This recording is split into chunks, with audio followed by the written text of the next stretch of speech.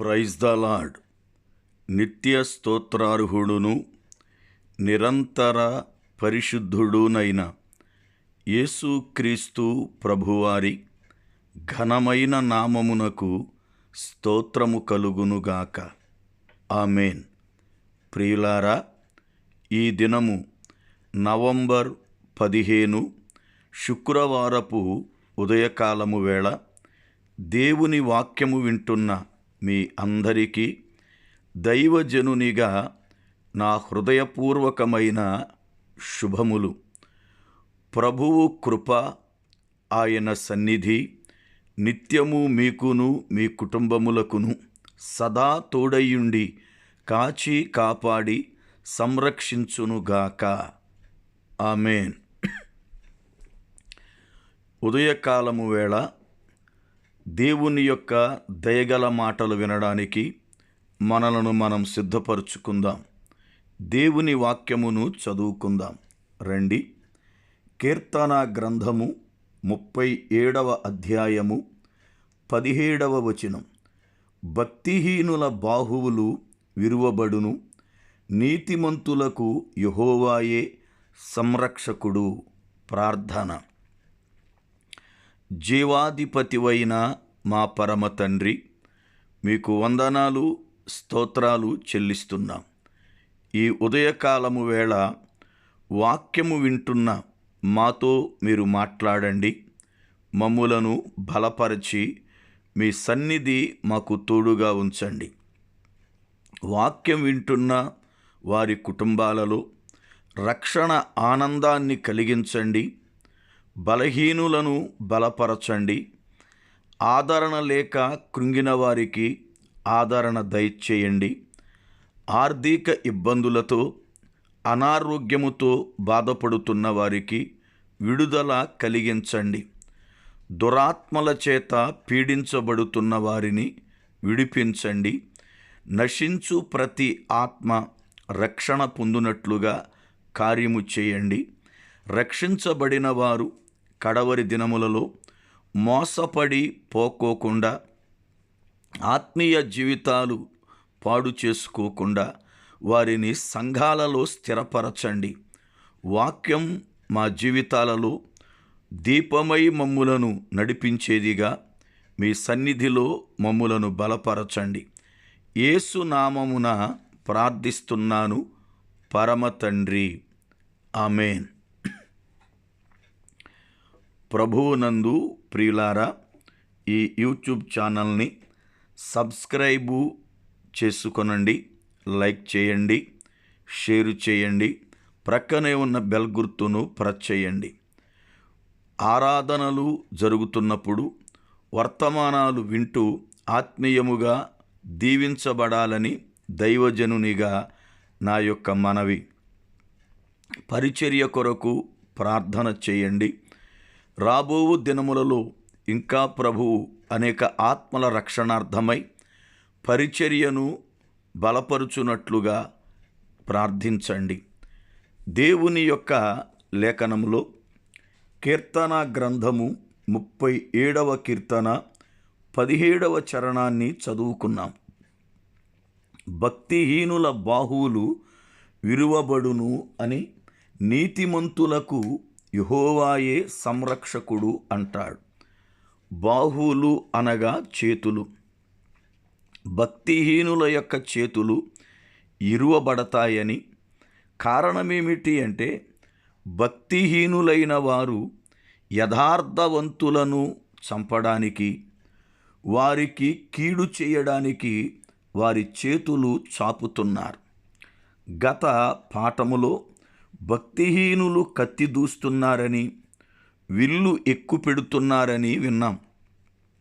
అంటే యథార్థముగా బ్రతికే వారికి కీడు చేయడానికి, వారిని నాశనము చేయడానికి, వారిని చంపడానికి వారి చేతులు చాపబడుతున్నాయి. అందుకే చాపిన చేతులను ప్రభువు విరుస్తున్నాడు అని కీర్తనాకారుడు మాట్లాడుతున్నాడు. దేవుడు న్యాయస్థుడు, యథార్థవంతుడు, పక్షపాతము లేనివాడు. ఆయన మన పక్షమున కార్యము చేసేటువంటి కృపగలిగిన ప్రభువు. నీతిమంతులకు యెహోవాయే సంరక్షకుడు అని దేవుని లేఖనం బోధిస్తుంది. సామాన్యముగా నీతిమంతులుగా బ్రతకాలి అంటే ఎన్నో ఆపదలు అనేవి ఎదుర్కోవాలి. 34వ కీర్తన 19వ చరణం, నీతిమంతునికి కలుగు ఆపదలు అనేకములు, వాటి అన్నిటిలో నుండి యెహోవా వానిని విడిపించును. నీతిమంతునికి ఆపదలు రావు అని వాక్యం బోధించలేదు, కానీ నీతిమంతునికి అనేకమైన ఆపదలు వస్తాయి. నీతిగా బ్రతకడం అంటే ఈ యొక్క అపవిత్రమైన లోకములో చాలా కష్టమే, కానీ వచ్చే ప్రతి ఆపద నుండి ప్రభువు మనలను కాపాడతాడని శ్రేష్టమైన మాట ఇస్తున్నాడు. నీతి అంటే యేసు ప్రభువే మన నీతి. ఆయనను కలిగి మనం ఎప్పుడైతే జీవిస్తామో లోకం ఆయనను ఇష్టపడదు గనక, ఆయనను కలిగిన వారిని కూడా ఇష్టపడక వారిని ద్వేషిస్తూ, వారిని శ్రమ పెడుతూ, వారికి ఆపదలు కలగజేస్తూ ఉంటుంది. అయితే ఆపదలు అన్నిటిలో నుండి ప్రభువు మనలను కాపాడతాడు. యెహోవా మన సంరక్షకుడు, మనలను కాపాడేటువంటి ఆశ్రయ దుర్గం. సామెతల గ్రంథము 18వ అధ్యాయము 10వ వచనమునందు, నీతిమంతుడు అందులోనికి పరిగెత్తి దాగుకొనును, యెహోవా నామము బలమైన దుర్గము అని లేఖనాన్ని చూస్తాం. ఒక నీతిమంతుడైన వాడికి ఆశ్రయ దుర్గము ఏది అంటే ప్రభువే, ఆయన నామమే. ఆయనలో శ్రేష్టమైనటువంటి ఆశ్రయముంది. ఆయనలోనికి వెళ్ళినటువంటి వారికి ఆయనే సంరక్షకుడు, పోషకుడు. దేవుని పిల్లలుగా లోకములో నీతిగా బ్రతుకుతున్నప్పుడు ఎన్నో శ్రమలు, ఆకలి దప్పులు, నిందలు, ఉపద్రవాలు, ఎన్నెన్నో సమస్యలు ఎదురవుతూ ఉంటాయి.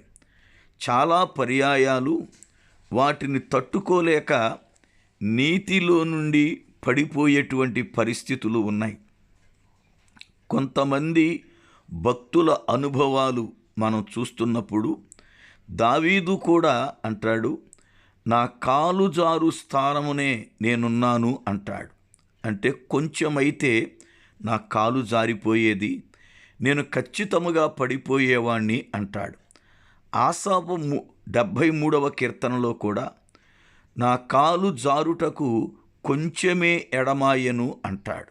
అంటే కలిగిన శ్రమలను బట్టో, శోధనలను బట్టో, అపవాది యొక్క క్రియలను బట్టో పడిపోయే అంత స్థితిలోనికి వెళ్ళిపోయారు వాళ్ళు. కానీ ప్రభువు మహాకృప వారిని పడనీయకుండా కాపాడి స్థిరమైన క్రీస్తు అనే బండ మీద వారిని నిలబెట్టాడు.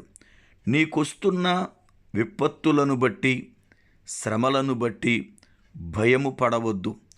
పేతురు భక్తుడు మాట్లాడుతూ, మీకేదో మహాశ్రమలు కలిగినవి అని మీరు కలవరపడవద్దు, ప్రభువు మీ ద్వారా మహిమ పొందడానికే ఇవన్నీ జరుగుతున్నవి అంటాడు.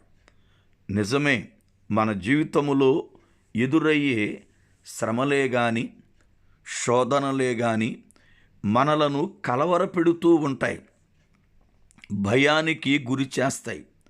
అయితే ప్రభు ఇచ్చిన వాగ్దానం యోహాను సువార్త 14వ అధ్యాయంలో ఆయన మాట్లాడుతూ, నా శాంతినే మీకు ఇచ్చి వెళుతున్నాను, అది లోకము ఇచ్చినట్లు కాదు, మీ హృదయములను కలవరపడనీయొద్దు అంటాడు. ప్రతిదినం ఆయన వాక్యము చేత మనతో మాట్లాడుతూ ధైర్యపరుస్తూ ఉన్నాడు. భయపడకుడి, సదాకాలము నేను మీకు తోడయ్యున్నాను అని ఆయన పునరుద్ధానుడైన తరువాత వెళ్ళేటప్పుడు మాట్లాడిన మాట. మత్తయి సువార్త 28వ అధ్యాయము ఆఖరి వచనం. సదాకాలము ఆయన మనకు తోడైయుండే దేవుడు, ఎన్నడూ కూడా మనలను విడిచిపెట్టేవాడు కాడు. మనమే అనేక పర్యాయాలు తండ్రి చేతిలో ఉన్న పిల్లవాడిలాగా తండ్రిని విడిచి ప్రక్కకు వెళుతూ ఉంటాం.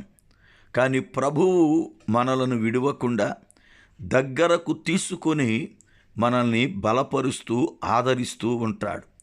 కుటుంబములో ఉన్న సమస్యలను బట్టో, బిడ్డల జీవితాలలో ఉన్నటువంటి పరిస్థితులను బట్టో, మనకున్నటువంటి ఆర్థికం లేక ఆరోగ్యపరమైన పరిస్థితులను బట్టో అనేక పర్యాయాలు మన హృదయం కలవరపడుతుంది.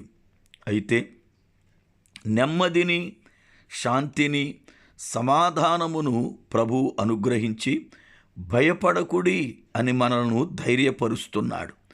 లోకములో ఎన్ని శ్రమలైనా రాని, శోధనలైనా రాని, నిందలైనా రాని నీతిని విడిచి బ్రతుకవద్దు.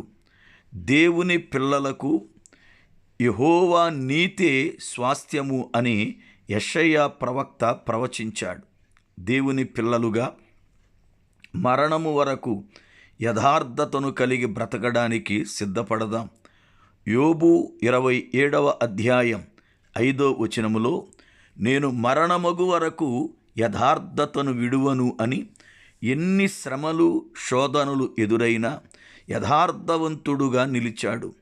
అందుకే ప్రభువు 2 ఆశీర్వాదాన్ని అనుగ్రహించాడు. అపవాది యోబు విషయమై సిగ్గుపరచబడ్డాడు.